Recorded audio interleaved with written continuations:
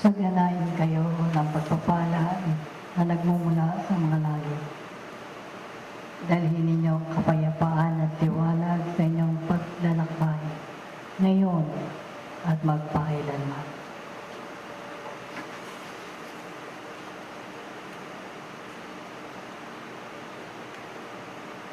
Kay ganda ng umaga, ang init ay nananaligtay sa inyong mga pagkatao. Nadarama ninyo ang pagpapala ng Diyos na walang sawang ibinibiyaya at ang inyong paglalakbay na iyan ay magkaroon nawa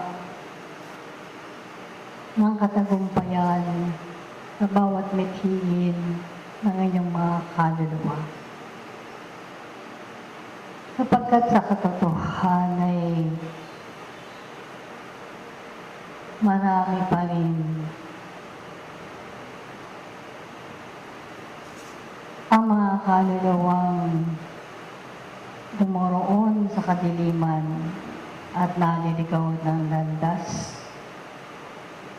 At kayong mga mag-aaral ng simulahin ito. Na binusog sa maraming aralin sa bawat makikipag-ugnayan ninyo.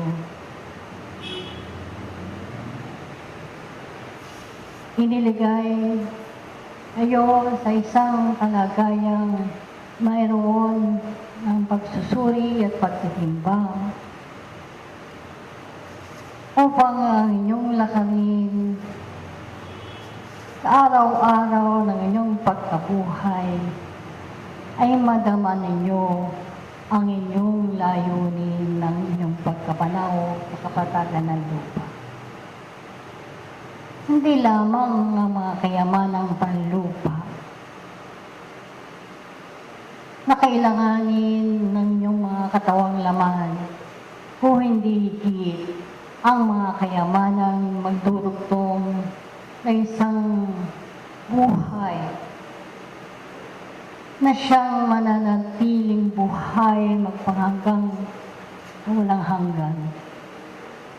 Sapagkat kinakailangan busugin ang inyong mga kaluluwa at basagin ninyo ang inyong mga kamangmangan at kahinaan na siyang nagdadala lamang sa inyo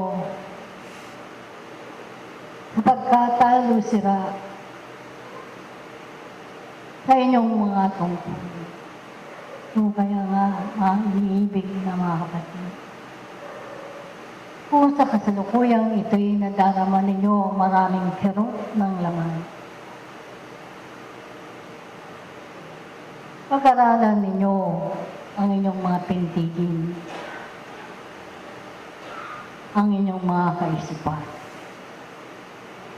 ang inyong mga damdamin at kalooban. Kung kayo ay naiiwan sa inyong mga paglalakbay na iyan, magising kayo, bumalikwas kayo, at hanapin ninyo ang daang patungo sa isang kalagayan hindi na kayo darain. Sapagkat ang inyong mga paglalakbay na ito ay tunay na madawak, matinik, at mabato.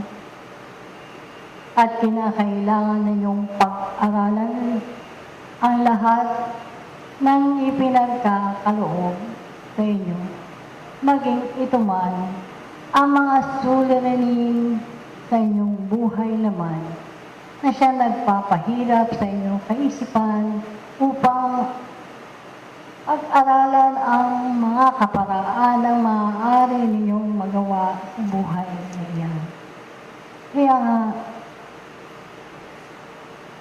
pag-aaralan ninyo ang inyong mga pintigin iisa-isahin ninyo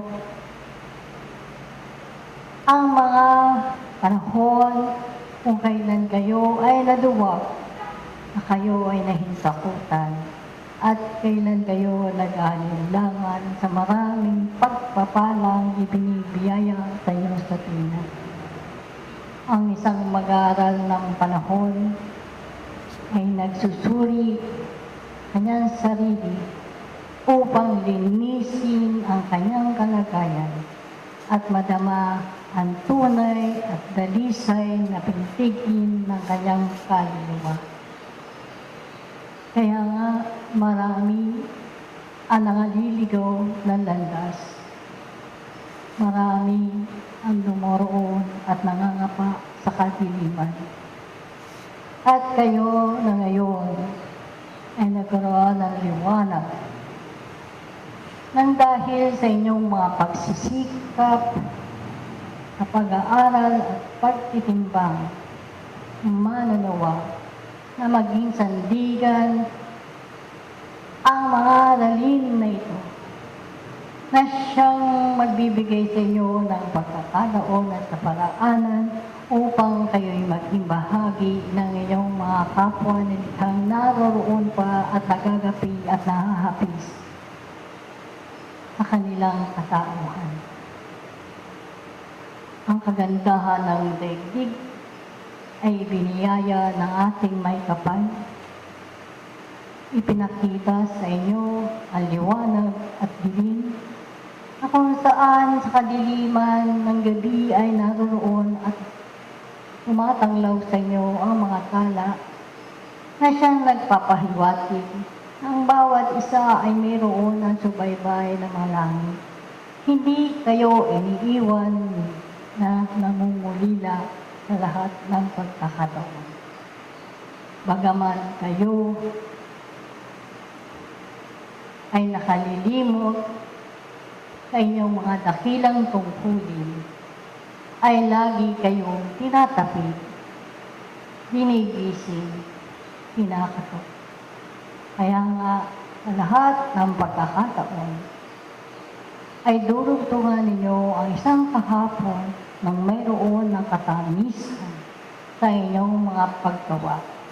Hindi lamang sa bawat nananalaytay na inyong mga labi, sa bawat kataga na maaaring manulas sa inyong mga labing iyan, kundi gayon din ang tibukin ng inyong mga sarili na pinakikita ninyo ang tunay na isang manglalakbay panahong natututo sa bawat pagkadapa ng kanyang pagkatao, ay natututo siyang magpakasigla at manindigan sa kanyang sarili at magtiwala sa kanyang kakayahan upang siya'y makapagpatuloy sa paglalakbay na madawang, matinig at mabaga.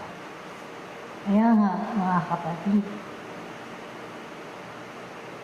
ang mga kasakitan na inyong nadarama ay kinakailangan ninyong sa inyong magmula ang lunas sa pamamagitan ng paglilinis ng inyong mga kaisipan, ng pintigin ng inyong mga puso, ng inyong mga kalooban, upang dito'y makita ninyo at makilala ninyo ang kahinaan ng inyong mga sarili, at dito ay kayo'y magpakalakas at magpakasigla upang ito ang maging simula na kayo ay matuto at maghayag ng maraming panahon ng inyong mga pag-ibig. Ilan ang mga kasanghapa ng panahon? 8 po ang parlante, 3 po ang korandera at 1 korandero. Mananawang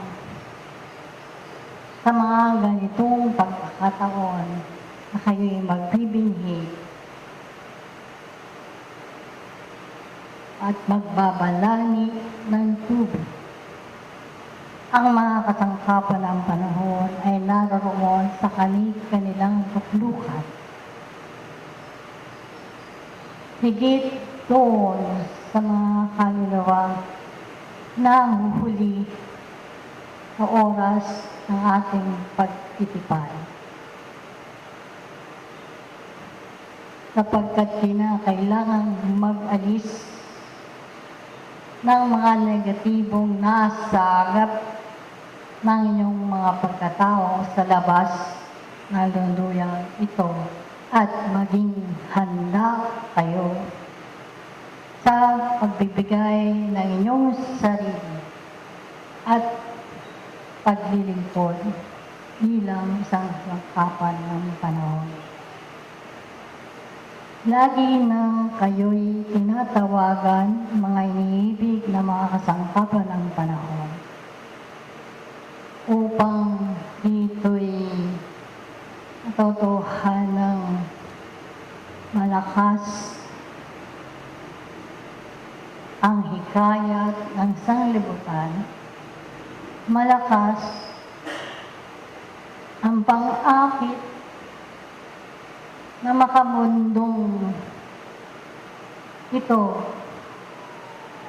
na kinakailangan ninyong paglabanan at ito ang hamon sa bawat isa sa inyo.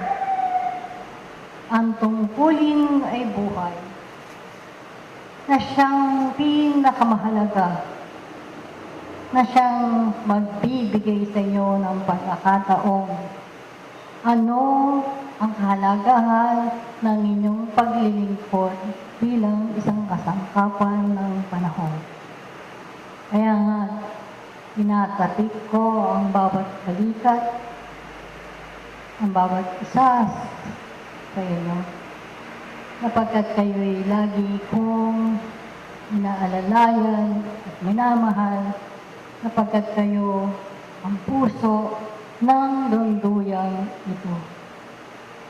Kayo ang mga tagapamagitan ng mga kabatlayaan na kung kayo magpapabaya sa inyong mga dakilang tungkulin na pataw sa inyong mga balikat, ay kayo rin ang pangunahing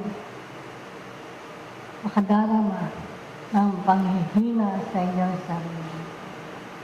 Nawa ay paalalahanan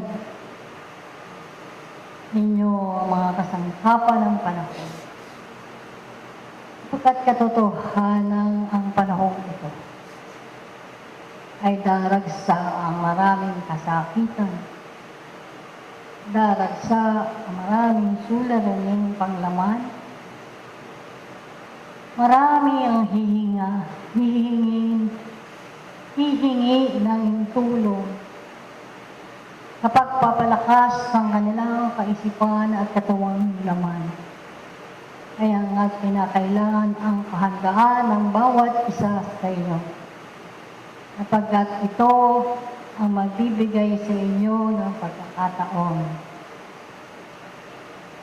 na mapahalagahan ninyo ang tungkuling nakapataw sa inyong mga balik. Magpapatuloy tayo, mga inibig na kapatid, sa pagbabalani ng tubig.